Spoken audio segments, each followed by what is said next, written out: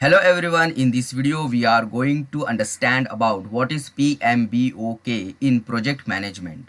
Here we will see the project management triangle, knowledge areas of PMBOK, process of project management, purpose of project management, then stakeholder management, risk management. Okay, so here let's begin with PMBOK.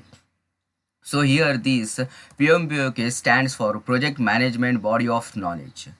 And as you can see in the image, this is the general project management triangle which is used globally, which comprises of four parameters: quality, scope, cost, time.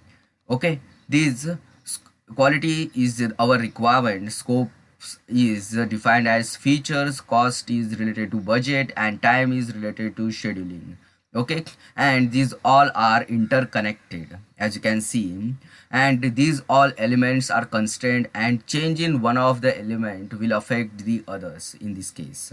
Okay, and to deliver the required quality within given scope, time, and budget is our goal in project management.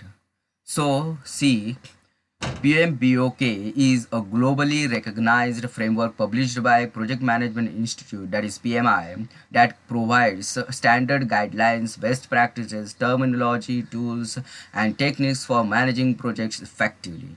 Okay, so further see the purpose of PMBOK. PMBOK helps project managers plan projects systematically. Okay, for planning the projects, especially we use GANTT charts. Okay, there are some softwares like MS Projects and Primavera for doing the scheduling.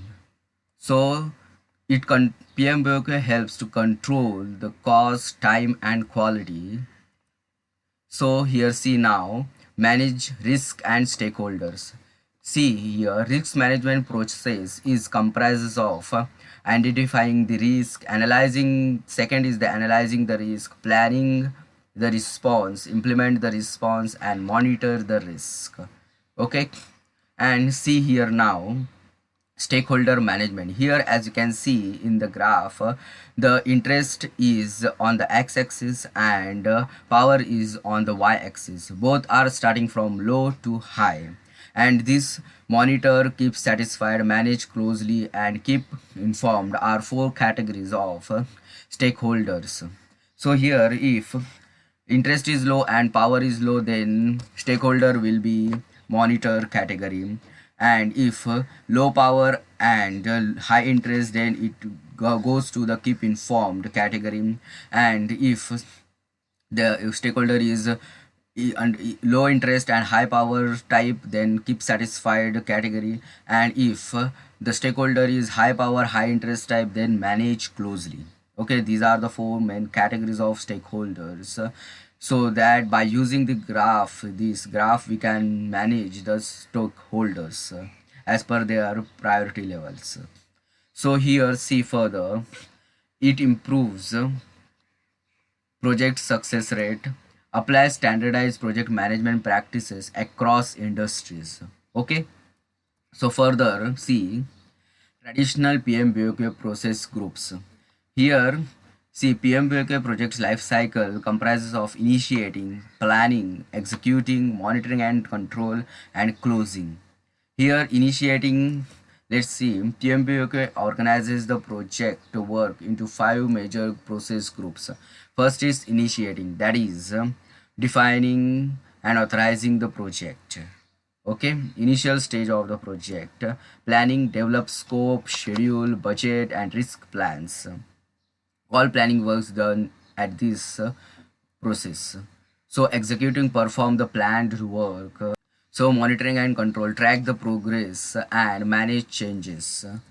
Closing, complete and formally close the project. This is the ending of the project by handovering the project to the client.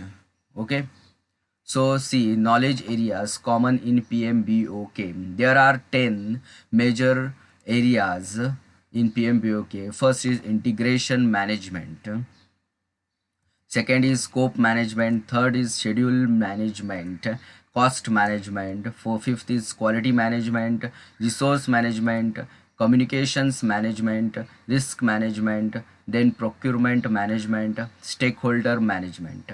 Okay, so see example here. This is a simple, for just for understanding purpose we have taken the example here, ATP STP project.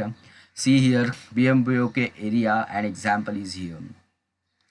Scope, define equipment, tank, pumps and piping. Schedule, create procurement and installation timeline. Cost, control project budget. Risk, identify delivery delays, design changes. Procurement, manage vendor selection, purchase orders. Stakeholders, coordinate with clients, consultants and vendors. This is this is like just understanding purpose. Work breakdown structure, see here. Work breakdown structure means we need to break down the major work into the categories.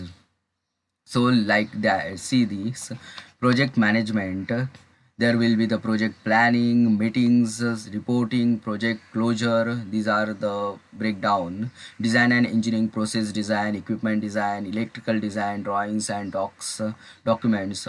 In procurement there will be the equipment, materials, subcontractors, vendor management, electrical procurement, instrumentation procurement, like that. Construction and installation, site preparation, equipment installation, piping and wiring, testing, etc. Commissioning and handover, pre-commissioning, then there is commissioning, performance test, handover documents, like that. Okay, this is the work breakdown. Actually we divide the major work in the sub works, for in simple words. So here see why PMBOK is important. Okay, so let's first see the key project success factors in this case.